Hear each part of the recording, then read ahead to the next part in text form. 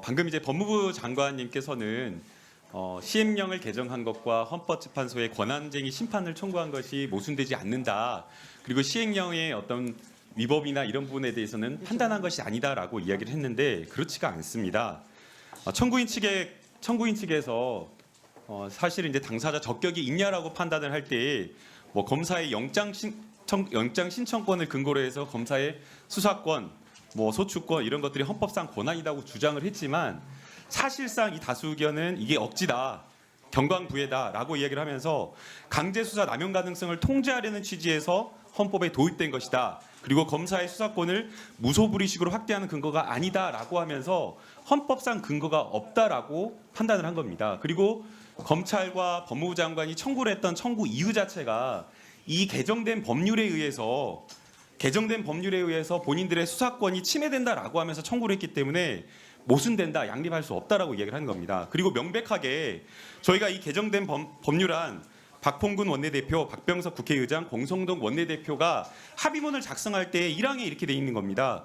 검찰의 직접 수사권과 기소권을 분리하는 방향으로 한다. 검찰의 직접 수사권은 한시적이며 직접 수사 경우에도 수사 기소 분리 검사는 분리한다라고 하면서 이 개정안의 입법 취지를 명백히 한 겁니다. 심지어 그리고 이것을 양당에 의총을 열어서 추인까지 했는데 번복하고 또 다시 문구까지 하나하나 만들어 가지고 이 검찰의 수사권을 축소하는 방향으로 간 건데 그것을 억지 써서 소위 말해서 꼼수를 부려서 시행령으로 검찰의 수사권을 밥그릇을 지킨 겁니다. 그래서 이번 헌재의 판결은 검찰 독재, 검찰 왕국으로 전락하고 있는 윤석열 정권에 대한 사법부의 경고라고 저는 받아들여야 된다고 생각을 합니다. 윤석열 대통령 상권분리 원칙과 국회의 입법권 그리고 사법부의 이런 판결을 존중해서 당장의 시행령 통치 이런 것들 다시 철회하고 법무부 장관이든 윤석열 대통령이든 국민에게 진심으로 전 사과를 해야 된다고 봅니다. 자, 그리고 정순신 국가본부장 낙마와 관련해서 국민적 비판 여론 높은 거 아시죠, 법무부 장관님? 네, 아까 아니 그 말씀하신 충분하게 답변 들었으니까요. 또 반복되니까 시간을 아니 반복되지 않고요. 여러 가지 새로운 말씀하셨잖아요. 절약을 하죠. 자, 그 나중에 이야기하시고요. 인사검증과 관련되어서 책임을 통감하십니까, 법무부 장관님? 제가 말씀 아까 제가 책임감을 깊이 느낀다는 말씀 분명히 드렸죠. 개선을 해야 된다라는 거에 대해서는 공감을 하시는 거죠? 개선 방법을 찾아야 된다고 생각합니다. 그렇지만 한계가 분명히 있다는 여섯 점도 번째 낙마입니다. 여섯 번째 낙마. 그러면 자, 여섯 번째 낙마.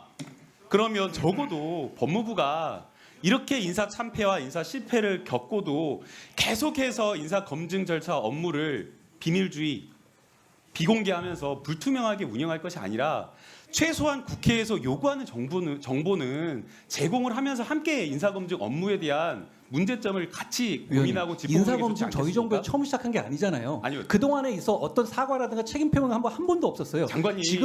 지금 굉장히 자, 장관님. 책임을 표명을 다 하지 않습니까? 근데 지금 저희가 이야기하는 누가 것은 책임을 표명했어요? 아니, 전 정부든 다 안 했어요. 유감 표명을 하고 책임을 표명을 하지 않습니까? 그런 적이 없는데. 지금 그거는 나중에 알아보시고요. 장관님, 이 인사검증 업무와 관련되어서 잘 됐는지 그리고 책임을 물어보려면 어느 단계에서 문제가 있는지를 확인해야 되는데 정보관리단 업무 편람 공개 안 하죠. 검증 대상 공개 안 하죠. 검증 과정, 결과 누구를 대상으로 하는지 얼마나 소요인지 일체 정보를 공개하지 않고 있기 때문에 뭐가 문제인지를 우리가 국민들이 알 수가 없다라는 겁니다. 그래서 국민들은 결국에는 인사 추천 단계부터 그리고 인사검증 법무부에서 하는 인사검증단 업무 그리고 대통령실에 하는 인사검부 2차 업무 이런 것들이 전부 다 검사직 포진해 있고 결국에는 대통령이 시키고 싶은 그런 어떤 밥그릇 챙겨주고 싶은 그런 검사들에게 자리 만들어주다 보다 보니까 인사검증 업무를 소홀히 한다라는 이런 평가를 받는 겁니다. 그래서 저는 지금이라도 법무부 장관님께서 인사검증과 관련된 여러 가지 정보를 공개하고 국민의 비판을 달게 받고 책임을 물을 수 있는 부분은 물어야 된다 이렇게 보고 있습니다. 어떻게 생각하십니까? 짧게 부탁드립니다. 모든 걸 다 이렇게 검찰 왕국 이렇게 하니까 좀 말씀이 무리하게 들릴 수밖에 없는 것 같고요. 그리고 아까 말씀하신 것 중에서 이 내용에 관해서 무슨 이 시행령 부분을 판단한 것처럼 말씀하시고 의원님께서 언론에도 그렇게 말씀하셨던데 그거 아닙니다. 헌재 공보원도 아니라고 하지 않습니까? 자, 장관님, 의원님, 감사합니다. 제 답변이니까 네, 감사하고요. 뒷부분 제가 답변 드리려고 해요. 제가 답변 우리 드리기 권칠수 의원님도 얼마나 답답해졌습니까? 아니요. 지금 말이 많다고 하셔가지고 말 좀 짧게 해주시고요. 자, 다음 주제로 넘어가겠습니다. 아니, 요 답을 안 듣고 위원장님한테 답을 구해가지고 하시고요. 충분히 할 수 있잖아요. 위원장님이랑 두 분 하시니까. 자, 경기도도청, 경기도도지사, 경기도도청의 검찰 수사관을 비롯한 검사들이 상주에서 압수수색을 했다고 이렇게 평가를 했습니다. 원래 갖고 와서 해야 되는데 경기도청의 요청에 따라서 편의를 봐준 것이라고 알고 있습니다. 며칠이나 압수수색 기간이 며칠인지 아세요? 그건 포렌식 때문에요. 그거는 그쪽의 협조 정도에 따라 따른 거기 때문에 그걸 가지고 검찰 수사를 뭐라고 할 수는 압수수색 없어요. 기간이 예.